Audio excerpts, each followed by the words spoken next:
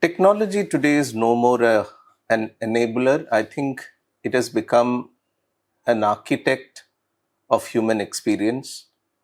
And technocrats who have succeeded are the ones who have found the possibilities well in advance and then give technology a purpose. Today, we have with us one such technocrat, an entrepreneur who has built a venture which is not just regional and national, now it has become global as well. Thank you, Sreenath Moorchilot, for joining us for this conversation with Truecopythink. Thank you. Before we begin, I would also want to appreciate for being elected as the new president of Calicut Management Association, which is also the regional chapter of All India Management Association. Yes. Let's begin by trying to understand how is it that you got interested in technology? At what phase? Was it in your childhood? Was it in your college experience? Or, what led your interest?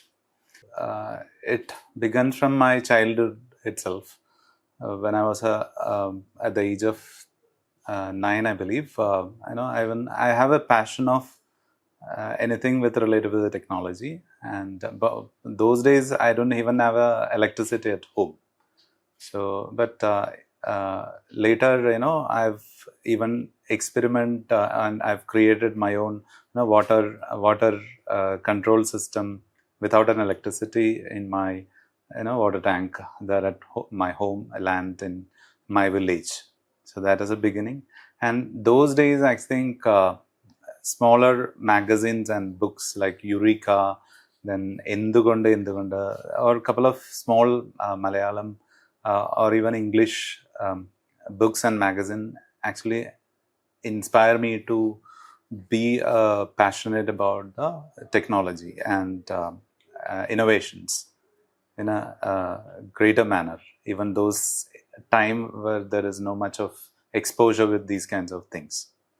Actually, I'm from a village background, and my passion and inquisitiveness brought me into this. Any college experience in college? Any interaction? Any subject? Any faculty? Any entrepreneur that inspired you? Fortunately or unfortunately, I chosen the commerce background when I was at the time of college degree. But still, my passion was in the technology or these kinds of segment. But at that time, when I was in the college, there was a quiz competition which was conducted by the electricity department. And I won second in that segment, even though my background in the commerce segment.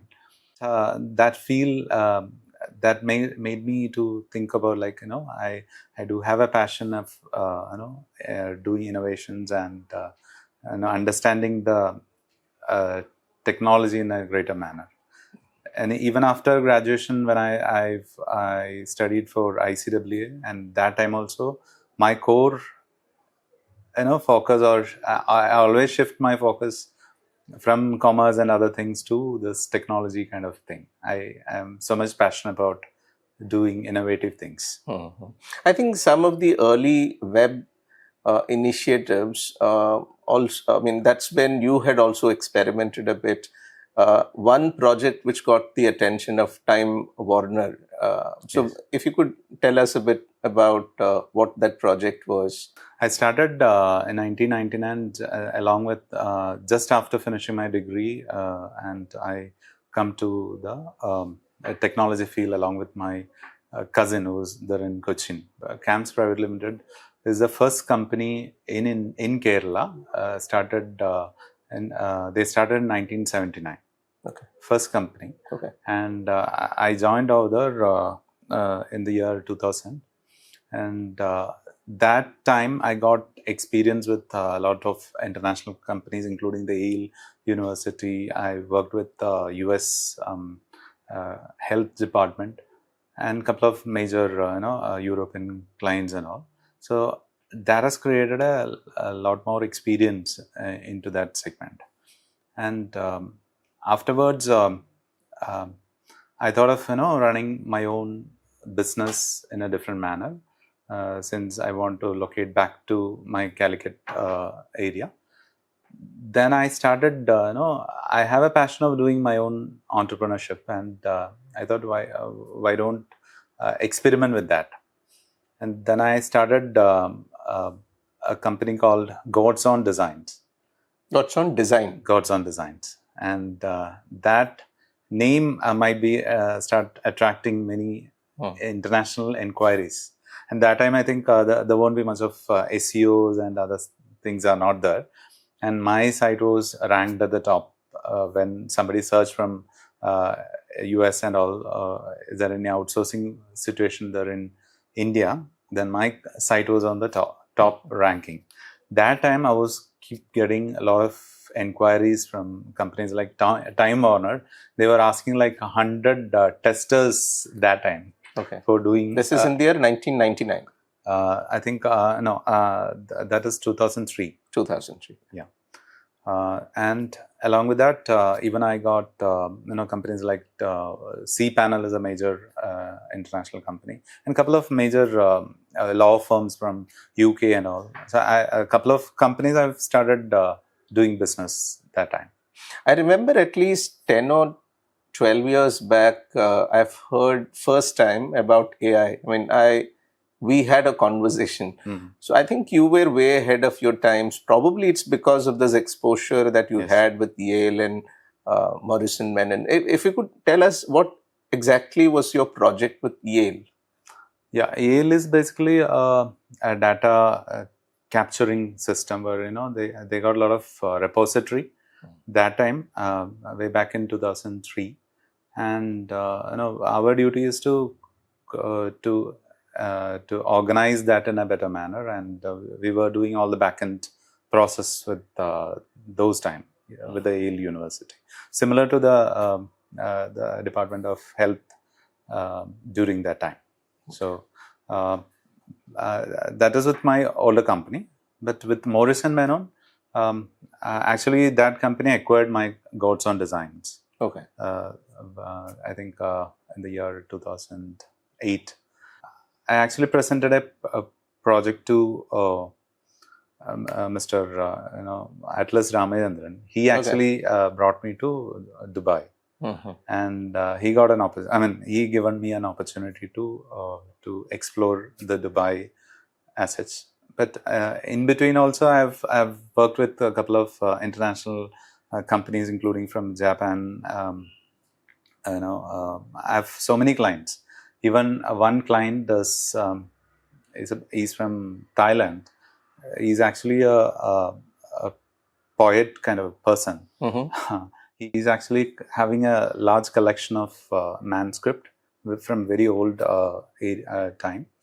And his idea is to have a complete CD of the entire manuscript, what has been written. And you're talking about early 2000s? No, 2005. 2005, yeah. And he actually want to preserve that CD for the after 100 or 200 years time. That was his vision. So I've got so many other kind of being on the internet segment, I come across with various experience. If you are working in a company, you might be having a particular kind of an experience, but when you are doing web development, you come across with various kind of industry, various kind of product, and that is an intense experience. And I think I have done around 2,000 to 3,000 portals globally, and I got almost 15-20 countries I have connections those days. Okay. So I think you've built your profile over a period, and you've got a whole lot of an experience initial phase of your career itself. Now, fast forward, today you are known for immersive technology, or your company is known for immersive technology. But before we get into it, there are a lot of concepts which comes in. One is AI, artificial intelligence. Another is AR, augmented reality, Yeah. and another is VR, virtual reality. Yes. Can you help us understand or decode these three concepts at first? Yeah. Actually, AI is something different, where it only enhance or enable other things to work faster or in a different, quicker manner. But whereas AR, VR, XR, MR, so many What is terminologies are there. XR and MR? XR is an umbrella term. Okay. So it comes, so it is extended reality, where under which this augmented reality and virtual reality comes, and even MR is also there, mixed reality. Okay. So it is more or less equal terminologies. So one terminology we should understand before that is like hologram. So we are actually living in a holographic environment. Every myself or yourself, everything is holographed. Our real and unreal are totally misunderstandable. I mean, words. We are sitting in. Even though I am sitting over here, you cannot ensure that I am sitting here. It keeps changing because it all depends upon the different perspective. Even the colors. What color I have wearing now may not be the actual color what these audience is watching. Okay. We'll come to it in a little more in detail. Yeah. But I think let's try to understand the reason why you switched to hologram. And why have you named your company Busy Frog? I mean, the title itself sounds quite interesting. Why is that name chosen? When I was in the web development, it is gradually growing in a different manner, and competition or familiarity is also coming up in a larger manner. Major corporations are venturing into this area in a different manner. So I thought innovation has always be my passion. And when I went for some lectures or talks, I've happened to perform or studied about these kinds of segment, and I found that there's more passionate and a lot more opportunities which are there. And being an entrepreneur, I found a lot more opportunity and within this XR or this segment. This is why I've tried to switch that from that particular segment to a newer area. And of course, even I got a lady from Visa company. She contacted me saying that my innovation, I invented a virtual holographic display system where instead since we sitting together, instead of that, we can actually remotely sit and talk similar to this through a virtual platform. So I invented during the COVID period. And when I published that, she was ready to do an investment. But after some time, she said, I think I still have that message from my mobile. She said, I think Google have been behind you, and they have started doing the similar kind of a project. So innovation, one point is like, to make it secure is quite complicated. Because a lot of things gets done online, and what you're doing is already there out in public, which can be accessed by... Even while we are speaking, it has been captured through our mobiles and all. It'll be appearing online. Right. So I think once you started working on hologram, you were fortunate to work with TCS. You also had an association with Reliance Group. Yes. Can you just tell us what was those projects? Okay. I forgot to answer the last question about how the Busy Frog came. One thought process, like so I started that company just because I got a chance to work with the new Geo glass which is coming up. It's an XR glass. So they selected us after a set of interviews, and they said they are ready to go with us in a different manner. So I plotted entirely a new different company for that matter. Okay. Then I've in my thought process, I come across this particular word, Busy Frog. Busy Frog is you should be busy, and frog has a nature of capturing things in a much more quicker manner. And another thought is like, without a frog, we won't exist in this particular planet. So I thought it's a good, striking name. So Right. Let's go with that. Yeah. So in Hologram, a major project which probably you're currently working on, which made you quite popular, is the HoloTaste. Yeah. What exactly is that project? How is it going to transform the hotel industry, or probably the way in which bookings do happen or taking orders do happen? Okay. I think that's what that concept is. Okay. The idea behind Reliance is like, virtual glass, VR glass for everyone. Like they were planning around 10 crores of VR glass across India, like what they were planned for earlier. This is for the Reliance Group. Reliance Group. Okay. So that was the initial plan, but they were not that successful, or adaptation level was not that good at that time. During the COVID time and all. So they even diluted that particular concept in a different manner. They focused on the entrepreneurship, enterprise level. And then I thought, adaptation is a major thing. People, whatever the instrument, now the popular unit is the mobile phone. And people are, they were very much comfortable with what they are having in the mobile. Even that adaptation is also not so popular if you segment the entire Indian community as such. So I thought, adaptation and technology, how we can go together. So then I realized that visualization is a very important factor when you do an eating and all. Once you see a product, then only we will have the taste, and we'll have the tendency to grab that. That is a psychological factor. Right. So then want to have a touch and feel of products before we purchase. Yes. Or it should be tangible. Yeah, touch is also possible. Only thing is, it requires a couple of more haptic equipments.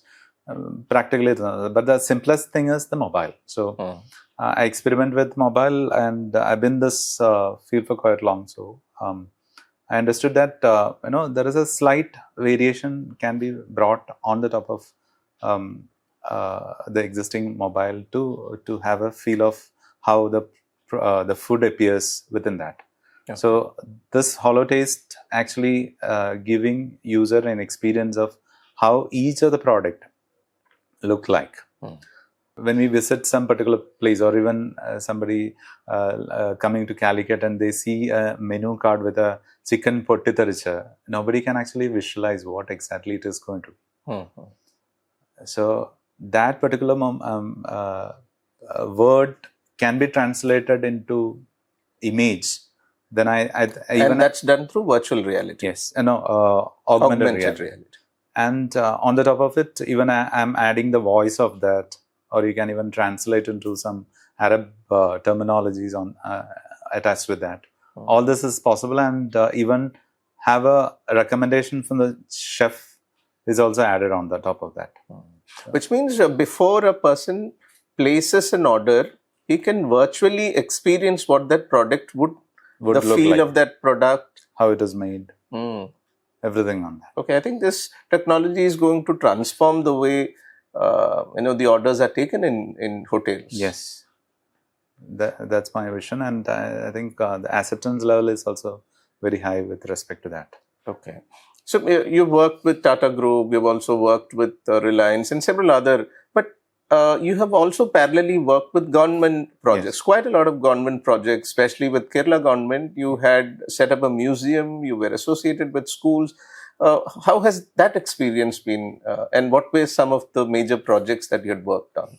Yeah, I've closely associated with a couple of government projects in Kerala, especially with the Kerala government, and a couple of projects like a project with Akshara Museum is one of the flagship project of Kerala government. Where is that? It's in Kottayam. Okay. Yeah, it actually, the core idea is to promote Malayalam as such, or all the languages globally, how it is grown, and some of the researchers, they claiming that Malayalam is the first language globally. It arrived even before Tamil. It is what they are claiming. So so how do you showcase this? Is that through hologram? Is that through virtual reality? Yeah, I've done a couple of smaller installations over there in using the hologram projections and other stuff. But beyond that, that particular museum is having all the manuscript, all the older sculptures, even the Edekal cave sculptures, everything they have captured in a different manner and kept it over there as a content for this particular museum, and it was done marvelously. I have associated with a couple of partners also to do such project. In fact, you will what kind of a difference do you feel? I mean, what was your experience working with corporates and working with government? Frankly, I mean, a couple of projects have not directly deal with the government. In between, there are agencies worked along with that, and even I've done a project with planetarium here. In Calicut. Yeah, central government's planetarium. It's slightly different the way in which we are approaching, or the way which the government deal with. You can't put a responsible. You can't find a totally responsible person with respect to any of the government projects. So you are actually hitting a different wall as such. But it is challenging. At the same time, you will get a privilege to have a totally different experience with respect to that. Technology today is now more accessible than how it was maybe 5 or 10 years back. At the click of a button, whether you talk about immersive technology or any other, it is more accessible. So how has this access to technology grown over a period? Has it become more democratized, or is it becoming more and more in silos? Because I'm asking this question because, let's say, ChatGPT. If you have to use all the features of ChatGPT, you have to make a payment there. Yeah. So there again, affordability and accessibility for the haves and the have-nots. I mean, these are all it has become much more broader. So how do you think the access to knowledge has become more democratized, or is it still in silos? See, advantage with respect to India is concerned, it is, India has a huge population of 1.4 billion people over there. Right. Compared to US, it's only roughly 35 crore people are there in US. But the adoption level, considering that in India, is comparatively very large. And the fruit of AI now everyone is enjoying. Even the 1.4 crores of people, 4 billion people are enjoying in a quicker manner, even though they are not directly connected with that. But certain countries are still totally behind, like countries like Australia or some other African countries. They are totally behind the adaptation of such kinds of technology. Whereas if you compare that with China, their adaptation level is very, very huge. Can't even imagine. You might have heard about the system called Claude. Yeah. And pictures are coming like people are standing in queue to install a Claude. Okay. In a market area. In China. Okay. And people over here, they can't even imagine what is happening over there. So that kind of a digital gap, divide or AI divide is happening in a drastic manner. But and being a technologist, even I am not sure what is happening in countries like China. They are maybe far more ahead with us. Technologies like quantum technology, which is coming up. India is also gearing up along with that, I'm sure. But it is giving a lot more challenges, and I think I've heard that in India, in terms of innovation, there is only 300 new job opportunity. I mean, 3,000 new opportunities which has been invented by India, whereas whereas China it is 5 lakhs. So new and when you consider the newer opportunity, the gap is humongous. True. 3,000 to 5 lakhs is like, yeah. So that gap of opportunity is still there with us. And our duty is to do more innovation through AI to come up with better opportunity to survive in this far more changing global segment. Yeah. Given that your forte is hologram, and with your experience working with a lot of on a lot of projects, working with corporates, with the government, what is your perception about hologram? Have people actually understood the possibilities and potential of hologram, or are there still a lot of misunderstandings or lack of understanding about hologram?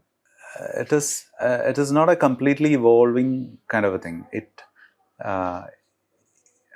Many of the corporates are adopting, but larger adoption is quite difficult when you see hologram. But eventually, what I'm seeing is there can be a tipping point where AI could transform hologram in a different manner. So once that is reached, we don't want to travel in such a manner. Everything will be, you can visualize everything at your, when you are at home or anywhere. You don't require any glasses to reach out to that point. And I think Elon Musk is also having such an idea by putting an implant. So that, your visualization is basically your brain is also a part of that. See, what we are seeing has been interpreted by our brain, and that only create a visualization. And if you are able to visualize things or see things without traveling, there comes the actual potential of hologram, and that is going to come. I'm pretty sure about it. Yeah, world is going towards that. Among the many projects that you're currently working, one, in fact, the term itself was quite catchy. Talk agent. Here, it's not AGENT, it is AIGENT. Yes. Can you just elaborate and help us understand what exactly is that project? How is it going to change the conversation ecosystem? I think you might be knowing agent is the modern terminology where, there are companies, there are projects where virtually you can employ agents within an organization, and you can actually run a real company. Probably 1 or 2 people might be required to see that it is running smoothly. That kind of a situation is there. And even last day, one guy created a virtual company where you just put basic inputs of how a company works, then it will deploy agents and will start talking each other and conducting as if it is then the normal factory or a business environment. That is a future, and my line is also more or less similar to that, where actually you meant to say that people are not required at all. It is going in such a manner, and our only option is to innovate new things and come up with. Now there is going to be an era where you will get a lot of plenty of items at a very cheaper cost, because the darker factories are coming up. Okay, so the darker factories will produce anything and everything, because robotics is behind them. So only option is to what Elon Musk quoted as like, either you you eat food which has been ordered, or you can ask your robot to prepare, do an agriculture and eat it at home. These are the 2 options what we are. In fact, the other day we were having a conversation with a chef, a very popular chef, Chef Evan, and we took this example of Fly Zoo Hotel. Fly Zoo Hotel is where there is zero human intervention. You probably are aware of that. Yes. So how is, you enter a hotel where your image is scanned. So that becomes your room key. So there is an agent, which is a robot who would come and receive you. At a voice command, you can turn on the AC. Yeah. Everything is human. The cook is, as you rightly said, the cook is a robot, or there is something called collaborative robots. Right? So many such. So how do you think this is going to change the job sector? Because people are getting replaced with technology. And there is an interesting advertisement which came when it was came from a Chinese company, I believe. They created a person. Now the person came. I think you might have also seen that. He is coming to make the things imperfect. Okay. So there is a CEO coming in a house. So the person is receiving. He want to make his garden imperfect. So he appointed a human being to reach out to that garden and make it imperfect, like as if it is not done by a robot. That is going to be the kind of transition which is going to come. So I think that's a very interesting question. Can we go wrong? Can we afford to go wrong? Can we afford to become imperfect? What about the question of serendipity? Sometimes you get an idea not in a very structured, formatted manner. There is an element of surprise. There is an element of... So how is humans going to become relevant in future when everything can be perfectly done by technology? That's a big question, a billion-dollar question, but only humanity can answer for that matter. But I believe humans will have our own passion and our own style, and we will transform in a different line. See, industrial revolution or the computer revolution, everything transforms us into this particular stage, and definitely it keep going in a different manner, which we cannot predict as of now, but it will evolve. Like you said, the privacy also. Yeah. Earlier also there was privacy issues. And we were... Interesting thing is, earlier we had those postcards. Everything is out and open. Yes. Privacy is not an issue only now. It has been an issue even earlier, but it's become more... since we are talking about privacy, I wanted to bring in an actual incident, which I guess happened in 2013. So there is an unwed mother. She does shopping and comes back. And then the same day, her 12 or 13-year-old daughter goes for shopping in the same supermarket. She does the shopping, and after about a week, they get a letter stating you have XYZ baby products which are available free of cost. And she initially ignored, but later, upon persuasion, by offering a lot of discounts, they were saying, if you confirm this order, we'll give you 40 to 50% discount on these products. And then this lady goes to file a suit against them because they were not leaving them at all. And before filing for a case against them, the lawyer said, you need to produce two things. One, there was a statement in that letter which she received. Congratulations that your daughter is pregnant. That is why they were recommending. I hope you're aware of this incident. So how did that supermarket get to know was a big question mark. And later on, they figured out that they had put a scanner in the supermarket. This was in the Target, the group Target. And now the question is, the data is collected about your biological conditions, your age, without your knowledge and consent. Privacy is a big issue when technology is immersive, right? How should one address this? It is beyond that. what I'm saying. I've actually interacted with one of my colleague. He's telling like he's working with Mastercard. So one transaction actually capturing more than 2,000 data from your end. Okay.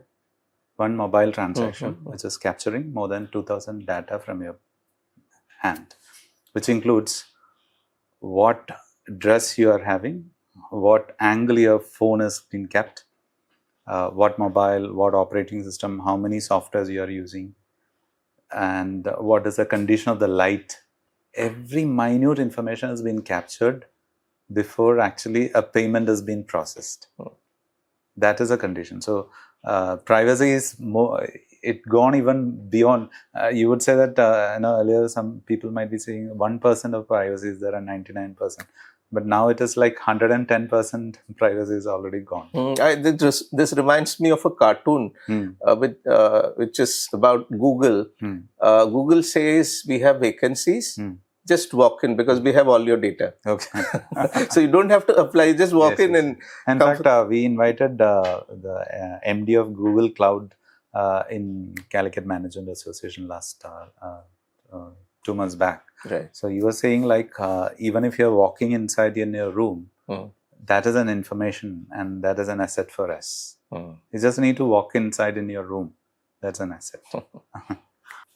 Another question, another perspective which I wanted to explore is how will AI technology, immersive technologies which you are currently working on, enhance the human potential? Is it going to strengthen, enhance, enable, or would it also dilute the creative aspect, creative side of human brain? No, I think it only extend and expand. Those who are into this, those who are adopting this. And as I said, there is a divide is going to come unless you are away from this technology, because other people, other side of the people, they won't even understand. I mean, the so-called degree or the things may not be enough to capture this kinds of information. You need to actually unlearn or keep away all this kinds of educational certificates and come up with an open mind to study deeper, to understand the way in which these kinds of technology is happening, and you should adopt along with you, so that then only you can actually face the future. That's a very important line what I'm going to say. It should be the entrepreneurs of today's have to adopt such kind of passion. So now that you are exposed to, you're working on a lot of projects which is immersive, what from your experience has been some of the most common and popular myths about AI or misconceptions about AI which you felt is not correct? No, I've been talking with multiple companies heads about, and some of them having a perception that it's not going to affect them. But the moment it is going to affect us, you can't predict. That is a very critical point. So you have to get prepared.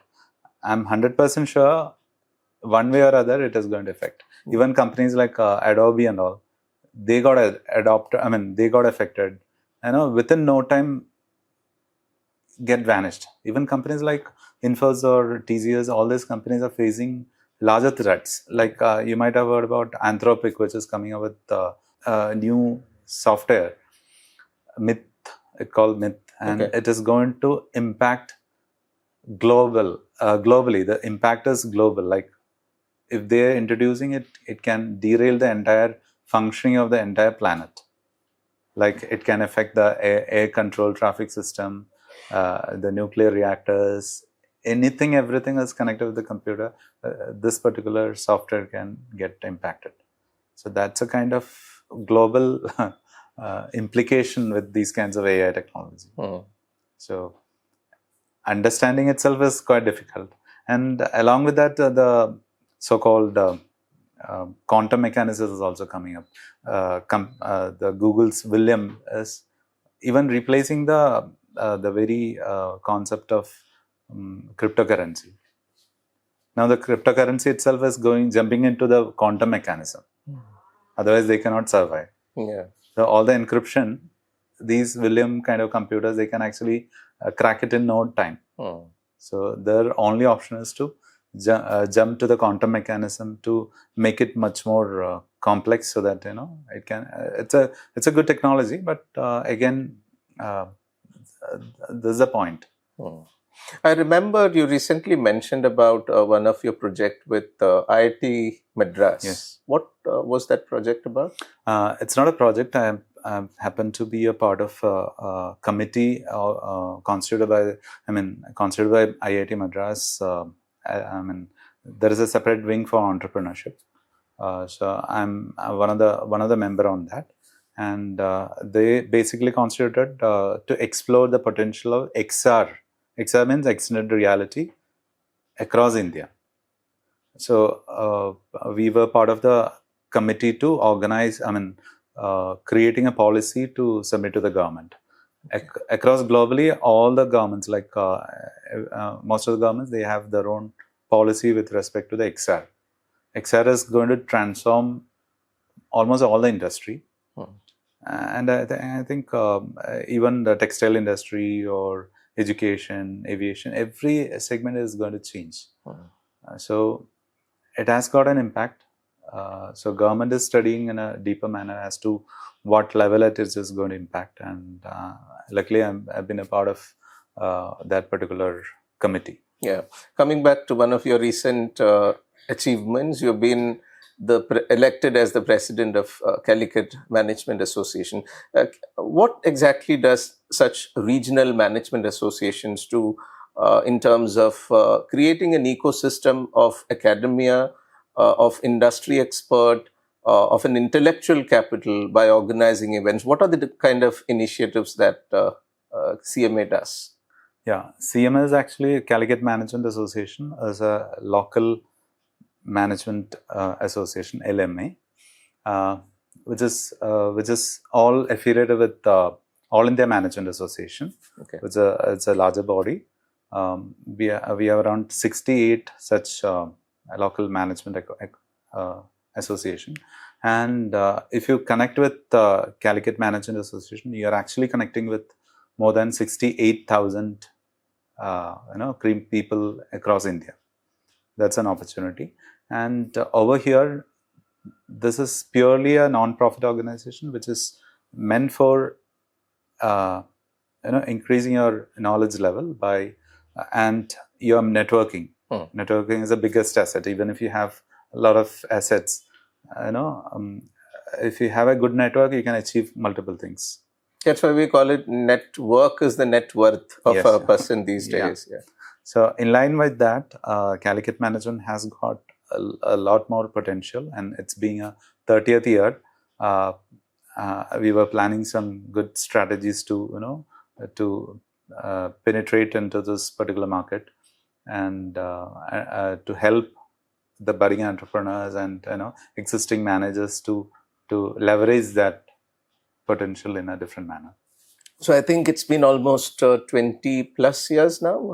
How many years have you been as an entrepreneur, not about CMA? Yeah, I've been this for almost 25 years. 25 years. Looking back, what has been some of the key lessons or takeaways which you wish to share with the aspiring entrepreneurs or someone who wants to get into technology? What would be your some suggestions and advices? Okay. My entrepreneurship started when I was studying in BCom. There is a separate chapter. A course for entrepreneurship that made me to reach to be an entrepreneurship. And looking at from the future perspective for the entire career growth, I think entrepreneurship is the only opportunity which the entire human beings is going to have, because of the AI and other transition which is happening. Every segment it is it is vulnerable to AI. Even doctors or engineers, so you've got IBM Watson, which is replacing doctors. Yes. Then there are investors, stock market investors, lawyers, accountants, chartered. Every sector is now getting impacted. Takeaway from my life experience is like being an entrepreneur. Of course, you can face a lot of doldrums when you're being an entrepreneur, but to maturize through that gives a lot of opportunities. You can actually interact with multiple segment of people, and anytime you can actually switch to one particular niche area where if you can explore that in a bigger manner, and you can be safe with that. Yeah. So there's a question which is also related for me as an academic. I teach entrepreneurship at a university. So I always had this question, can entrepreneurship actually be taught? Because I am asking this question. You developed an interest because you had a subject, entrepreneurship, in your undergraduate or PU? What? Undergraduate. Undergraduate. Yeah. So to what extent can entrepreneurship be taught? Yeah, I think you can actually, rather than teaching, you can at least showcase that, okay, these are the challenges, or now the opportunities with YouTube and all, where you can actually experience a lot of entrepreneurship journey, successful and setbacks also. So if you can just give students a glance of how the entrepreneurship journey, then few of them might have an experience or exposure with that. That can trigger an entrepreneurship attitude. Being an entrepreneur, you've been in the space, as you said, for more than 25 years. Yes. How do you see the changing entrepreneurship ecosystem, specifically in Kerala? How has it changed? Because I'm asking this, because a lot of positive things are happening. Now, ease of doing business, we have ranked 1. There are multiple startups which are coming up. Probably Kerala is having the first AI integrated city to become, with an investment of around 25,000 crores. These are all massive transformation which has happened. So how has your experience been? Yeah, I started my entrepreneurship at home in Tikodi. So that time, after I'm having a couple of international clients, I started my office there in my town itself, in a smaller building. So some of the people even calling it as like, what is his job? No, avan PDA povam. So that is an attitude. So rather than the job, so for them, local people, their tagline is like, tagline is either he's a teacher or a doctor or something, or else you go for a PDA kind of a thing. So their attitude itself is so different those days. Now it is totally changed. The government institution like KSM and many other startup mission, central government also initiating a lot of plans with respect to the entrepreneurship. Nowadays there is a drastic change which is happening, but even though it is only 20% or 25%, the rest 75% still have the attitude of being a safer segment of having a particular job like a teacher or a doctor or something.